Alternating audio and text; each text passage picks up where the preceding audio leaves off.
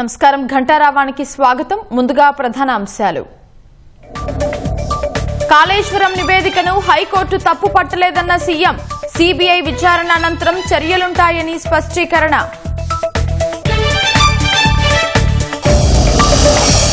BRS కు గతమే తప్ప భవిష్యత్తు లేదన్న రేవంత్ రెడ్డి. 10 ఏళ్ల అహంకారమే కేసీఆర్ పతనానికి కారణమని విమర్శ.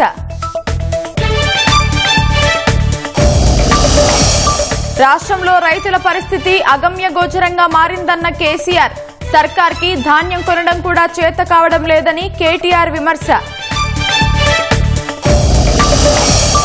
రాష్ట్రంలోని పలు ప్రాంతాల్లో పెట్రోల్ డీజిల్ కొరత. బంకుల్లో నో స్టాక్ బోర్డులు, వాహనదారుల ఇక్కట్లు.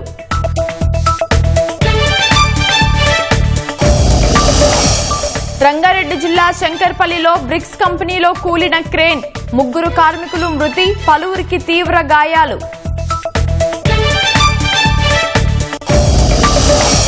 పశ్చిమ బంగాల్లో ముగిసిన 2వ దశ ఎన్నికల ప్రచారం. ఎల్లుండి పోలింగ్, పటిష్ట ఏర్పాట్లు చేస్తున్న ఈసీ.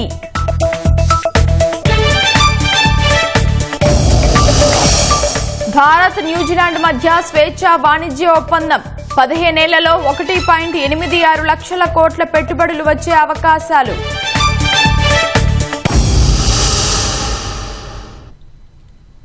బీఆర్ఎస్ కు గతమే తప్ప భవిష్యత్తు లేదని ముఖ్యమంత్రి రేవంత్ రెడ్డి విమర్శించారు.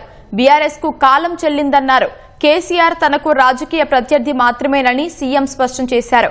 పంపకాల పంచాయతీతో కవిత విడిపోయారని, వారంతా ఒక చెరువులోనేనని, అందులో రంగు రుచి మారదని సీఎం ఎద్దేవా చేశారు.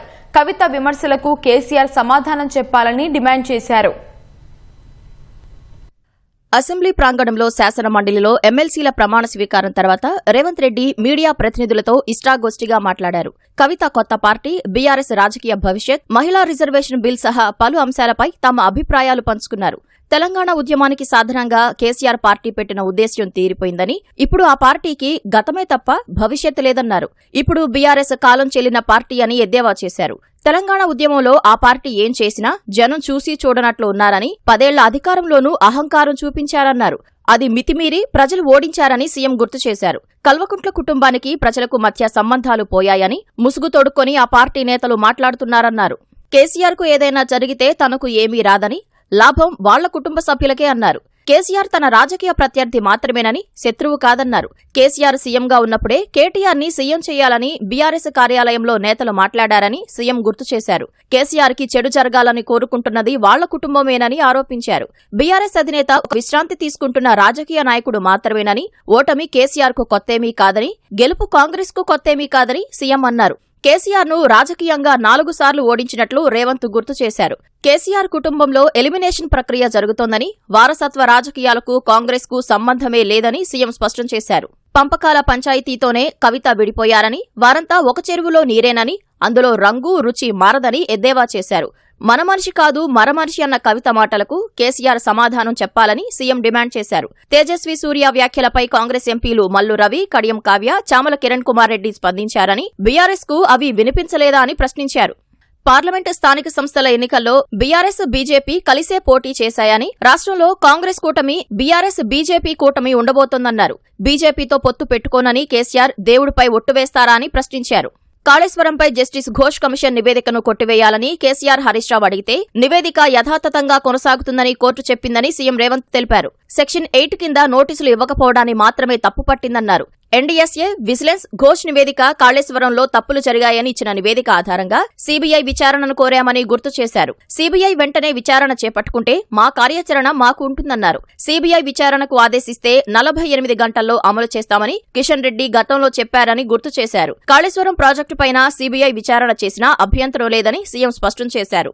బీఆర్ఎస్ తో ఒప్పందంలో భాగంగానే బీజేపీ నేతలు కాళేశ్వరం గురించి మాట్లాడుతున్నారని సీఎం రేవంత్ ఆరోపించారు. ఎన్డీఎస్ఏ చైర్మన్ కాళేశ్వరం ప్రాజెక్టును సందర్శించడాన్ని కేంద్ర మంత్రి బండి సంజయ్ ఎలా తప్పుపడతారని ప్రశ్నించారు. కిషన్ రెడ్డి, బండి సంజయ్ అధికారిక కార్యక్రమాల్లో పాల్గొనే అధికారులను మేము సస్పెండ్ చేయాలా అని అన్నారు. బీజేపీ వాళ్లను ప్రసన్నం చేసుకోవడానికే హరీష్ రావు ఢిల్లీ వెళ్లారని ముఖ్యమంత్రి ఆరోపించారు. ఫోన్ ట్యాపింగ్ కేసును హైకోర్టు పర్యవేక్షిస్తోందని, ఈ కేసు తొందరలోనే కొలిక్కి వస్తుందన్నారు. ఫార్ములా ఈ రేస్ కేసులో ఐఏఎస్ అధికారి అరవింద్ కుమార్ ని సస్పెండ్ చేశామని గుర్తు చేశారు. రాష్ట్ర శాసనమండలి సభ్యులుగా కోదండరాం, మంత్రి అజారుద్దీన్ ప్రమాణ స్వీకారం చేశారు. గవర్నర్ కోటా ఎమ్మెల్సీలుగా వారిద్దరి పేర్లకు గవర్నర్ ఆమోదముద్ర వేయడంతో ఇవాళ మండలి చైర్మన్ గుత్తా సుఖేందర్ రెడ్డి వారితో ప్రమాణ స్వీకారం చేయించారు. ఈ కార్యక్రమానికి ముఖ్యమంత్రి రేవంత్ రెడ్డి, పలువురు మంత్రులు హాజరయ్యారు. హైదరాబాద్ నాంపల్లి నుంచి గన్ పార్క్ వరకు ర్యాలీగా వెళ్లిన తెలంగాణ జనసమితి పార్టీ అధ్యక్షుడు ఆచార్య కోదండరాం అమరవీరుల స్తూపానికి నివాళులు అర్పించారు. అనంతరం శాసనమండలి సభ్యుడిగా ప్రమాణ స్వీకారం చేశారు. పార్టీ నిర్దేశించుకున్న లక్ష్యాల సాధనకు ఎమ్మెల్సీగా పనిచేస్తానని ఆయన చెప్పారు. జూబ్లీహిల్స్ ఉప ఎన్నికలో ముస్లింల ఓట్ల కోసమే మంత్రి పదవి ఇచ్చారన్న ఆరోపణలను మంత్రి అజారుద్దీన్ తోసిపుచ్చారు. ముఖ్యమంత్రి రేవంత్ రెడ్డి మొదటి నుంచి మైనారిటీలకు ప్రాధాన్యత ఇస్తున్నారని చెప్పారు. 6 నెలల గడువు సమీపిస్తున్న వేళ ఎమ్మెల్సీగా ఆమోదముద్ర ఎలా పడిందని అజారుద్దీన్ ప్రశ్నించగా ముఖ్యమంత్రిపైపే తాను భరోసా ఉంచానని బదులిచ్చారు. సీఎం నా కాన్ఫిడెన్స్ సీఎం తోటి నాకు చాలా కాన్ఫిడెన్స్ ఉంటుంది. ఇక సీఎం ఇటు పని 100% చేస్తాం. అందుకే నేను ఎమ్మెల్సీ అయింది.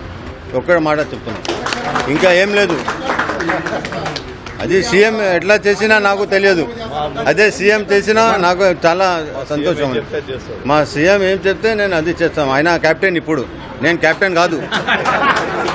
ఆదివాసుల భూమి సమస్య, రిజర్వేషన్ల పెంపు, నిరుద్యోగ సమస్య, విద్యార్థుల సమస్యలు, కార్మికుల హక్కులు, ఉద్యమకారుల సంక్షేమము, ఉద్యమ ఆకాంక్షల సాధన, ఇవి లక్ష్యాల కోసము పనిచేయటానికి ఈ ఎమ్మెల్సీ అనేది ఉపయోగపడుతుందని మేమందరం కూడా భావిస్తూ ఉన్నాం. కాంగ్రెస్ సర్కార్ పాలనతో ఏం జరుగుతుందో అర్థం కాని పరిస్థితితో ప్రజలు ఆవేదన చెందుతున్నారని బీఆర్ఎస్ అధినేత కేసీఆర్ విమర్శించారు. రాష్ట్రంలో రైతుల పరిస్థితి దిగజారిపోయిందని, ప్రభుత్వానికి ధాన్యం కొనడం చేత కావట్లేదని విమర్శించారు. రాష్ట్ర స్థాయి ప్రతినిధుల సమావేశానికి హాజరైన కేసీఆర్ రాష్ట్ర కమిటీ మినహా మిగతా అన్ని కమిటీలు రద్దు చేస్తున్నట్లు ప్రకటించారు. ఈసారి ఎన్నికల్లో క్రియాశీలకంగా పనిచేసిన వారికే ఎన్నికల్లో టికెట్లు ఇస్తామని స్పష్టం చేశారు. తెలంగాణ భవన్లో భారత రాష్ట్ర సమితి రజతోత్సవ ముగింపు కార్యక్రమంలో పార్టీ అధ్యక్షుడు కల్వకుంట్ల చంద్రశేఖరరావు పాల్గొన్నారు. ముందుగా తెలంగాణ తల్లి విగ్రహానికి పూలమాల వేశారు. అనంతరం రాష్ట్ర స్థాయి ప్రతినిధుల సమావేశంలో ప్రజాప్రతినిధులు, రాష్ట్ర కార్యవర్గం, ముఖ్య నేతలకు దిశానిర్దేశం చేశారు. ఈ సందర్భంగా బీఆర్ఎస్ రాష్ట్ర కమిటీ మినహా మిగతా అన్ని కమిటీలు రద్దు చేస్తున్నట్లు ప్రకటించారు. పక్షం రోజుల్లో ఆన్లైన్, ఆఫ్లైన్లో పార్టీ సభ్యత్వ నమోదు ప్రక్రియ ప్రారంభించాలని, ఇందుకోసం ప్రతి జిల్లాకు రాష్ట్ర కార్యవర్గ సభ్యుడికి ఇన్ఛార్జిగా బాధ్యతలు అప్పగించాలన్నారు. పండిన పంటలన్నింటికీ ప్రభుత్వమే కొనుగోలు చేయాలని, మహిళా రిజర్వేషన్లు తక్షణమే అమలు చేసేలా చర్యలు తీసుకోవాలని ఈ సందర్భంగా తీర్మానాలు చేశారు. పంటల కొనుగోళ్లపై బీఆర్ఎస్ శ్రేణులు ప్రభుత్వాన్ని నిలదీయాలని, రైతులకు పూర్తి అండగా నిలవాలని కేసీఆర్ దిశానిర్దేశం చేశారు.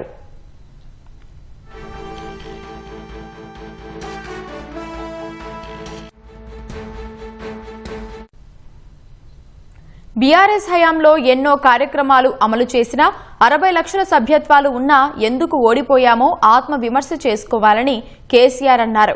అందుకే రాశి కాదు వాసి ముఖ్యమన్నారు. ఓటర్ల జాబితా ప్రత్యేక సవరణ సర్ ప్రక్రియపై అప్రమత్తంగా ఉండాలని, లేదంటే నష్టపోతామని కేసీఆర్ అన్నారు. ఈసారి క్రియాశీలకంగా పనిచేసే వారికే టికెట్లు అని, ముఖాలు చూసి టికెట్లు ఇచ్చేది లేదని స్పష్టం చేశారు.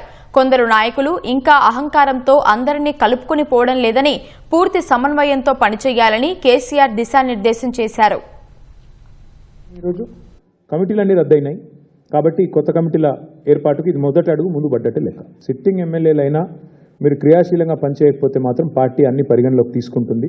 క్రియాశీలంగా ఉండండి, కార్యకర్తలకు అందుబాటులో ఉండండి, ప్రజలకు అందుబాటులో ఉండండి, సవ్యంగా పార్టీ ఇచ్చిన టాస్క్లు పూర్తి చేయండి అని చెప్పారు. చెప్పడంతో పాటు పార్టీ అన్ని గమనిస్తుంది, రేపు టికెట్ ఇచ్చేటప్పుడు ఇవన్నీ కూడా పరిగణలోకి తీసుకుంటామని కూడా చెప్పారు. కాంగ్రెస్ ప్రభుత్వం పనితీరును లక్ష్యంగా చేసుకుని కేసీఆర్ తీవ్ర విమర్శలు చేశారు. రాష్ట్రంలో రైతుల పరిస్థితి దిగజారిపోయిందని, రాష్ట్ర ప్రభుత్వానికి ధాన్యం కొనడం చేత కావట్లేదన్నారు. రాష్ట్రంలో ఏం జరుగుతుందో అర్థం కావట్లేదని, తెలంగాణ ప్రజలు ఆవేదన చెందుతున్నారని అన్నారు. తాను సీఎంగా ఉన్నప్పుడు ఎమ్మెల్యేలను నీళ్ల గురించి ఆరా తీసేవాడినని, ఇప్పుడు ఎమ్మెల్యేలు భూ కబ్జాలు ఎంత బాగా చేస్తున్నారో ఆరా తీస్తున్నారని ఆరోపించారు. 1000% బీఆర్ఎస్ అధికారంలోకి రాబోతుందని విశ్వాసం వ్యక్తం చేశారు. తెలంగాణ గురించి ఎంపీ తేజస్వి వ్యాఖ్యలపై కాంగ్రెస్, బీజేపీ ఎంపీలు ఒక్క మాట మాట్లాడలేదన్నారు. బీఆర్ఎస్ ఎంపీలు లోక్సభలో ఉండి ఉంటే రణరంగం సృష్టించేవాళ్లన్నారు. తనను ఎన్నోసార్లు ఎంతో మంది మానసిక క్షోభకు గురిచేశారని, హైదరాబాద్ విషయంలో రాజీ పడాలని సోనియా గాంధీ ఎన్నో మార్లు చెప్పినా రాజీ పడలేదని, ఇది తమ చిత్తశుద్ది అన్నారు. ప్రస్తుతం ఉన్న సీట్లలోనే 33% మహిళా రిజర్వేషన్లు కల్పించాలని లోక్సభలో ప్రియాంక గాంధీ బాగా మాట్లాడారని కేసీఆర్ కితాబిచ్చారు. బీజేపీది మనువాద సిద్ధాంతమని, ఆ పార్టీలో మహిళలకు ప్రాధాన్యం ఇవ్వబోదని ఆరోపించారు. కాంగ్రెస్ పాలనా వైఫల్యాలకు సంబంధించి సమావేశంలో నిర్ణయాలు తీసుకున్నామని కేటీఆర్ అన్నారు. రాష్ట్రంలో వ్యవసాయ రంగంలో సంక్షోభంపై విస్తృతంగా చర్చించామని తెలిపారు. కాంగ్రెస్ పార్టీ చతికిల పడిపోయి కొన్నేళ్లవుతోందన్నారు. ఎక్స్పైరీ అయిపోయిందని మాట్లాడుతున్నాడు ఆయన. కాంగ్రెస్ పార్టీ చతికిలబడి ఇప్పటికీ ఎన్నేళ్ళైందండి? 12 ఏళ్ళ 13 ఏళ్ళ? అప్పటి నుంచి ఇప్పటివరకు లేవలేకపోతున్నది. ముందు వాళ్ళ స్థాయి, వాళ్ళ పరిస్థితి చూసుకోమనండి. వాళ్ళ జాతీయ పార్టీ అని చెప్పుకుంటారు, ఒక ప్రాంతీయ పార్టీ స్థాయికి పడిపోయింది. వాళ్ళ సంగతి చూసుకోమనరాదు. మా గురించి ఆయనకెందుకు? మా పార్టీ ఏందో, మా పార్టీ ప్రస్థానం ఏందో, మా పార్టీ ఏం చేసిందో, మా పార్టీ ఎట్లా ప్రజా పోరాటాలు చేసి ఓ రాష్ట్రాన్ని ఢిల్లీ మెడలు వంచి సాధించిందో, వాళ్ళ జాతీయ నాయకత్వాన్ని అడిగితే ఢిల్లీని ఎట్లా గడగడలాడించిందో వాళ్ళ జాతీయ నాయకత్వాన్ని అడిగితే వాళ్ళు చెప్తారు. ఈయనకేం తెలుసు అప్పుడు ఎక్కడున్నాడు ఈయనప్పుడు? కాబట్టి నేను అనేది ఏమంటే, చీఫ్ మినిస్టర్ గారు చీప్ మాటలు మాట్లాడకపోతే మంచి. కవిత కొత్త పార్టీపై స్పందించిన కేటీఆర్, చాలా పార్టీలు వస్తుంటాయి పోతుంటాయని వ్యాఖ్యానించారు. కొత్త పార్టీని పెద్దగా పట్టించుకోవాల్సిన అవసరం లేదన్నారు. కేసీఆర్ గురించి చాలా మంది మాట్లాడుతున్నారు, ఆ విషయాలన్నింటినీ పట్టించుకోనక్కర్లేదని కేటీఆర్ తెలిపారు. ఎక్కడ నాకు తెలిసి మాకు ఇప్పటి వరకు నాకున్న ఇన్ఫర్మేషన్ మేరకైతే నాకు తెలిసి పెద్ద ఇష్యూ ఏమీ లేదు. పార్టీలు వస్తుంటాయి పోతుంటాయి, అది పెద్ద ఇష్యూ కాదు. చాలా పార్టీలు వచ్చినాయి, చాలా పార్టీలు పోయినాయి. 25 ఏళ్ళు పూర్తి చేసుకున్న పార్టీ మేము. కాబట్టి మేము ఫోకస్ చేసేది ఈ దేశంలో 25 ఏళ్ళు పూర్తి చేసుకున్న పార్టీలు వేళ్ల మీద లెక్క దగ్గబెట్టే సంఖ్యలో ఉంటాయి. నాకు తెలిసి మన రాష్ట్రంలో అయితే ఒక టీడీపీ, తర్వాత టీఆర్ఎస్, ఇంకే వేరే పార్టీలు ఏమి లేవు. ఇప్పుడున్న బీఆర్ఎస్, అప్పుడు టీఆర్ఎస్గా పుట్టింది, ఇప్పుడు బీఆర్ఎస్. కాబట్టి పెద్ద పట్టించుకోదగ్గ విషయమేం కాదు. సమాజంలో మహిళలకు రక్షణ కల్పించాలంటే మత్తు పదార్థాలపై దృష్టి సారించాలని ముఖ్యమంత్రి రేవంత్ రెడ్డి సూచించారు. మహిళలు, చిన్నారుల భద్రత కోసం హైదరాబాద్ పోలీసులు స్పందన కార్యక్రమాన్ని ఏర్పాటు చేశారు. ఆ కార్యక్రమానికి హాజరైన సీఎం రేవంత్ మహిళా భద్రతా విభాగం ఆధ్వర్యంలో స్పందన బృందాలను ప్రారంభించారు. ఎంత సంపాదించినా చిన్నారులు సరైన దారిలో లేకపోతే ఉపయోగం లేదని తెలిపారు. మహిళలు, చిన్నారులపై జరిగే దాడుల్లో మత్తు పదార్థాల ప్రభావం ఉంటుందన్న సీఎం రేవంత్ డ్రగ్స్ నిర్మూలనలో ప్రతి ఒక్కరూ భాగస్వాములు కావాలని పిలుపునిచ్చారు. ఈ రోజు మనం ఎంత కష్టపడి ఎంత ఆర్థిక ప్రగతి, సామాజిక ప్రగతి సాధించినా మన పిల్లలు సరైన దారిలో లేకపోతే మన శ్రమంతా వృధా. మన కళ్ళ ముందే మన పిల్లలు వ్యసనాలకు బానిసలైతే ఇది సమాజానికి తీరని దుఃఖం. స్కూల్స్ ముందు చిన్న చిన్న కిరాణా కొట్టుల్లో గంజాయి చాక్లెట్లు అమ్మే పరిస్థితి. చదువుకున్న డాక్టర్లు, ఇంజనీర్లు డ్రగ్స్ పెడలింగ్ చేస్తున్నారు. ఇంజనీరింగ్ గ్రాడ్యుయేట్స్ చైన్ స్నాచింగ్ నుంచి డ్రగ్స్ కి. దీనికంతా కారణం ఏ నేరం తీసినా మహిళల మీద జరిగిన విచక్షణారహితమైన దాడులను కానీ, చిన్నపిల్లల మీద జరుగుతున్న అకృత్యాలను చూస్తే ప్రధానంగా నేరానికి పాల్పడ్డ వాళ్ళు బానిసలైన మత్తు పదార్థాలు సేవించిన వాళ్ళే ఈ నేరాలలో ఎక్కువ పాల్గొంటున్నారు. ఈ సమాజంలో మహిళలకు రక్షణ కల్పించాలంటే డైరెక్ట్గా ఉమెన్ ప్రొటెక్షన్ కాదు, we have to focus on drugs and ఈ వ్యసనాలు ఏవైతున్నాయో వాటి మీద దృష్టి పెట్టాలి. ఎక్కడున్నా, ఏ స్కూళ్ళు, కాలేజీలు, ఎక్కడున్నా, పబ్లిక్ ప్లేస్లో ఎక్కడున్నా డ్రగ్స్ పట్ల కఠినంగా, ఎంత పెద్దవారున్నా వదలకుండా, వాళ్ళు ప్రజాప్రతినిధులా లేకపోతే వాళ్ళు పెద్ద పెద్ద సెలబ్రిటీసా, వాళ్ళ స్టేటస్ చూడట్లేదు మేము. వాళ్ళు ఏ పరిస్థితుల్లో ఈ నేరాలకు పాల్పడుతున్నారో వాళ్ళ పట్ల కఠినంగా వ్యవహరిస్తున్నాం. ఈ మధ్యకాలంలో మీకు తెలుసు, కొంతమంది ప్రజాప్రతినిధులను కూడా అరెస్ట్ చేసి జైలుకు పంపించింది. ప్రముఖులను కూడా అరెస్ట్ చేయడం జరిగింది. ఇందులో ఎవ్వరికి మినహాయింపు లేదు. అందుకే మా పోలీసు ఉన్నతాధికారులందరికీ నేను సూచన చేస్తున్నా, ఎంత పెద్ద సెలబ్రిటీ ఇందులో ఉంటే అంత ఫాస్ట్గా రీచ్ అవ్వండి, తీసుకొచ్చి చెర్లపల్లెనో చెంచల్గూడలను కూర్చోబెట్టుండ్రి. కేసుల మీద కేసు కట్టి లోపలనే ఉంచండి, 1 సంవత్సరం వరకు బయటకు వెళ్లకుండా. అప్పుడు ఈ సమాజంలో ఒక బాధ్యత వస్తుంది, భయం వస్తుంది. రాష్ట్రాభివృద్ధిలో హైస్పీడ్ రైల్వే కారిడార్లు కీలక పాత్ర పోషిస్తాయని రహదారులు భవనాల శాఖ మంత్రి కోమటిరెడ్డి వెంకటరెడ్డి పేర్కొన్నారు. Hyderabad, Pune, Mumbai high speed railway corridor, Bharat future city Chennai corridor, Bharat future city Bengaluru high speed కారిడార్లపై సచివాలయంలో మంత్రి కోమటిరెడ్డి సమీక్షించారు. హైస్పీడ్ రైల్వే కారిడార్ ప్రాజెక్టులకు చెందిన అంశాలను పవర్ పాయింట్ ప్రజెంటేషన్ ద్వారా అధికారులు మంత్రికి వివరించారు. అనంతరం రోడ్లు భవనాలు శాఖపై సమీక్షించిన మంత్రి కోమటిరెడ్డి రాష్ట్ర రోడ్లు, బ్రిడ్జీలు, ఆర్ఓబీలు, హైకోర్టు భవనం, టిమ్స్ హాస్పిటల్స్ పనుల పురోగతిపై చర్చించారు. జూన్ 2న సనత్ నగర్ టిమ్స్ ప్రారంభించేందుకు ఏర్పాట్లు చేయాలని సీఎం రేవంత్ రెడ్డి చెప్పారని కోమటిరెడ్డి వెంకటరెడ్డి పునరుద్ఘాటించారు. రాష్ట్ర అవతరణ దినోత్సవం రోజున పేద ప్రజలకు కార్పొరేట్ స్థాయి వైద్య సేవలు అందించే విధంగా టిమ్స్ అందుబాటులోకి తేవాలని నిర్ణయించినట్లు పేర్కొన్నారు.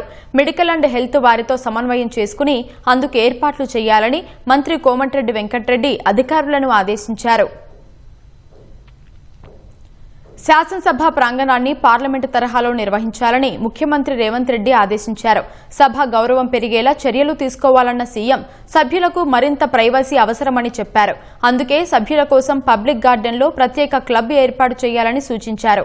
అసెంబ్లీ ప్రాంగణంలో చేపట్టాల్సిన పనులపై శాసనమండలి కాన్ఫరెన్స్ హాల్లో మండలి chairman Gutha Sukhender Reddy, assembly speaker Prasad కుమార్తో కలిసి రేవంత్ రెడ్డి సమీక్ష నిర్వహించారు. ఈ సమీక్షలో అధికారులకు పలు సూచనలు చేసిన ఆయన సభ్యుల కోసం వాకింగ్ ట్రాక్, క్రీడల కోసం ఏర్పాట్లు ఉండాలని తెలిపారు. వచ్చే సెషన్ నాటికి సెంట్రల్ హాల్ సిద్దం కావాలని చెప్పారు. ఆ పనులన్నీ సాంస్కృతిక భవనాలకు నష్టం జరగకుండా ఉండాలని సీఎం ఆదేశించారు. అసెంబ్లీ ప్రాంగణంలో భద్రతను పటిష్టం చేయాలని రేవంత్ సూచించారు. రాష్ట్రంలో అమలు చేస్తున్న సంక్షేమ, అభివృద్ది కార్యక్రమాలు బీజేపీ పాలిత రాష్ట్రాల్లో ఎక్కడా లేవని పీసీసీ అధ్యక్షుడు మహేష్ కుమార్ గౌడ్ స్పష్టం చేశారు. హైదరాబాద్ గాంధీ భవన్లో నిర్వహించిన డీసీసీ అధ్యక్షులు, నియోజకవర్గ కోఆర్డినేటర్ల సమావేశంలో మహేష్ గౌడ్, ఏఐసీసీ ఇన్ఛార్జి మీనాక్షి నటరాజన్ పాల్గొన్నారు.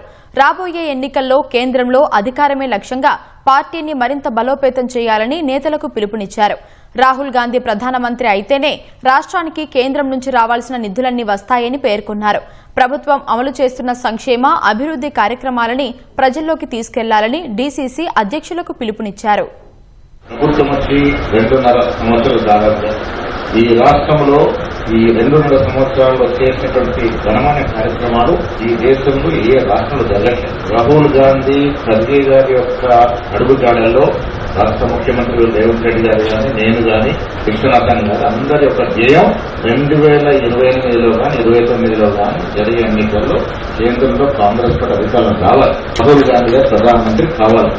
విదేశీ పెట్టుబడులు గ్లోబల్ సమిట్ ద్వారా 5,78,000 కోట్ల విదేశీ మన రాష్ట్రంలో ఒకవైపు సంక్షేమం, ఒక అభివృద్ధి జరుగుతుంది. కాబట్టి డెఫినెట్ గా మన అధికారుల కోసం దాంతో పాటు కేంద్రం అధికారులు రావడం, కాంగ్రెస్ పార్టీ అధికారులు తీసుకురావడం, పార్లమెంట్ సీట్ గెలవాలి, అసెంబ్లీ సీట్ గెలవాలంటే నిష్పక్షపాతంగా ఎన్నిక జరగాలి. ప్రజలు మనం కోరుకుంటా ఉన్నారు, కోరుకున్న విధంగా ఓటే జరగాలి. ఫ్యూచర్ సిటీ పోలీసు కమిషనరేట్ కార్యాలయాన్ని డీజీపీ శివధర్ రెడ్డి ప్రారంభించారు. రంగారెడ్డి జిల్లా తుక్కుగూడ ఫ్యాబ్ సిటీలో తాత్కాలికంగా ఫ్యూచర్ సిటీ కార్యాలయాన్ని ఏర్పాటు చేయగా future city police commissioner Sudheer Babu ఇతర అధికారులతో కలిసి డీజీపీ ప్రారంభించారు. ఫ్యూచర్ సిటీ శాశ్వత కార్యాలయం కోసం మీర్ఖాన్ పేటలో 24 ఎకరాల స్థలాన్ని ప్రభుత్వం కేటాయించినట్టు సుధీర్ బాబు తెలిపారు. అక్కడ భవన నిర్మాణానికి ప్రాథమికంగా 25 కోట్లు ప్రభుత్వం మంజూరు చేసిందని, త్వరలోనే నిర్మాణ పనులు ప్రారంభిస్తామని వివరించారు.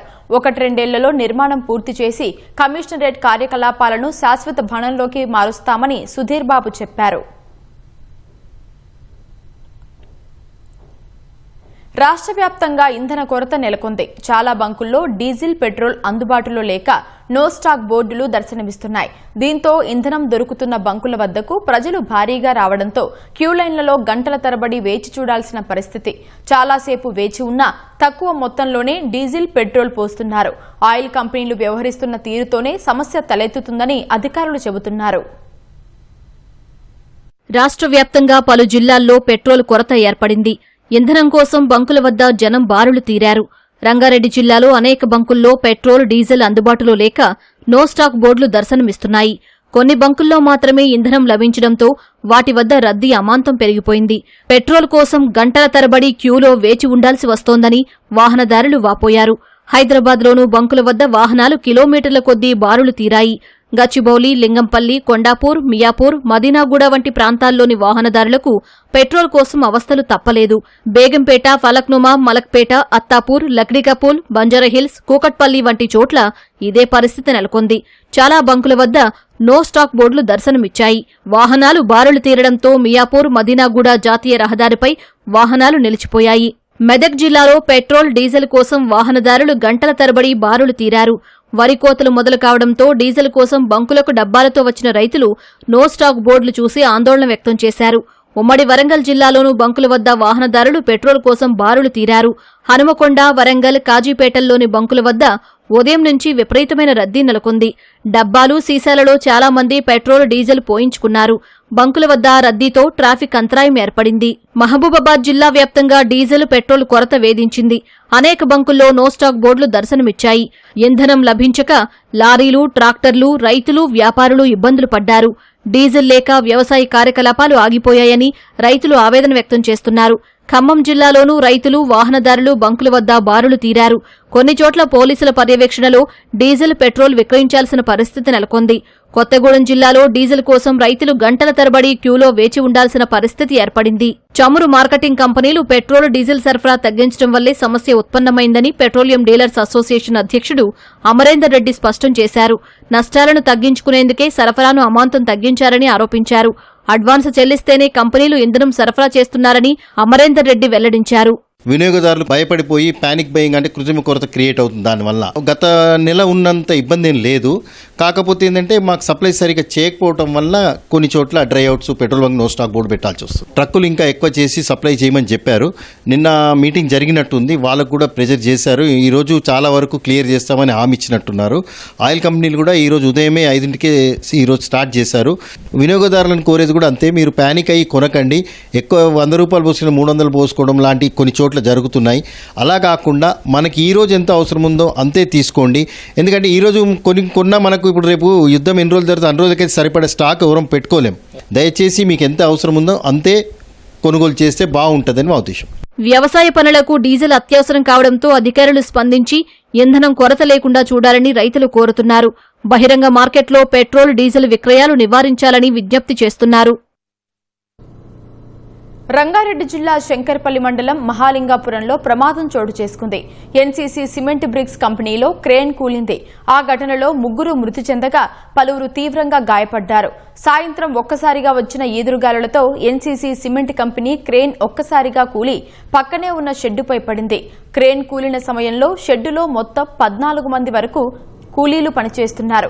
ప్రమాదంలో 3 అక్కడికక్కడే మృతి చెందగా 11 మంది గాయపడ్డారు.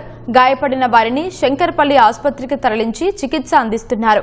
వారిలోనూ కొందరి పరిస్థితి విషమంగా ఉన్నట్లు తెలుస్తోంది. ప్రమాద సమాచారం అందుకున్న పోలీసులు, సహాయ సిబ్బంది ఘటనా స్థలికి చేరుకుని క్రేన్ కూలిన షెడ్డు శిథిలాలను తొలగిస్తున్నారు. పశ్చిమ బెంగాల్లో అసెంబ్లీ ఎన్నికల ప్రచారానికి తెరపడింది. ఫలితంగా మైకులు మూగబోయాయి. చివరి వరకు ప్రధాన పార్టీలు ప్రచార సభలతో హోరెత్తించాయి. ఎన్నికల హామీలతో ఓటర్లను ఆకట్టుకునే ప్రయత్నం చేశాయి. ఈ నెల 29న రెండో విడతలో భాగంగా 142 స్థానాలకు పోలింగ్ జరగనుంది. మొత్తం 1448 మంది అభ్యర్థులు పోటీ చేస్తుండగా 3,21,73,000 మంది ఓటర్లు వారి భవితవ్యాన్ని తేల్చనున్నారు.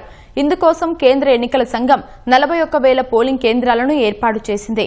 అన్ని కేంద్రాల్లోనూ వెబ్ కాస్టింగ్ సౌకర్యాన్ని కల్పించింది. పోలింగ్ ను ప్రశాంతంగా నిర్వహించేందుకు 2,321 కంపెనీల కేంద్ర బలగాలను మోహరించింది.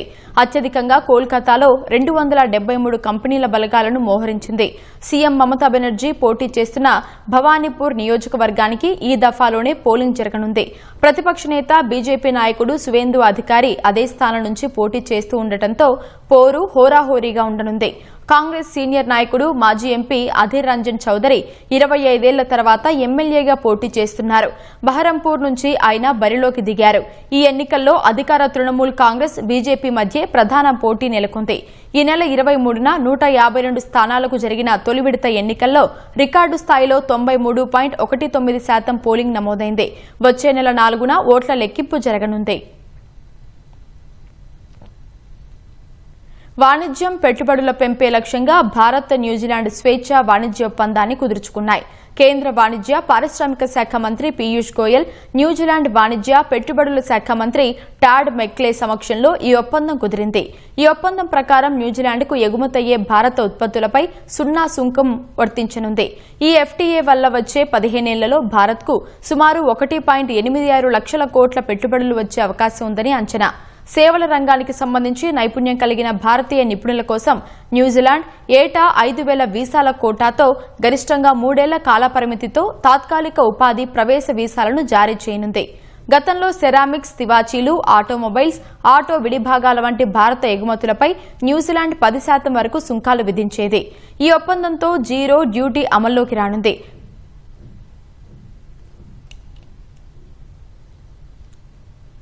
సహజీవనం విషయంలో సుప్రీంకోర్టు సంచలన వ్యాఖ్యలు చేసింది. ఇష్టం లేనప్పుడు సహజీవన భాగస్వామి నుంచి విడిపోవడం నేరం కాదని స్పష్టం చేసింది. పెళ్లి పేరుతో నమ్మించి తనపై అత్యాచారానికి పాల్పడ్డాడంటూ ఓ మహిళ దాఖలు చేసిన పిటిషన్ను జస్టిస్ బివి నాగరత్న నేతృత్వంలోని ధర్మాసనం విచారించింది.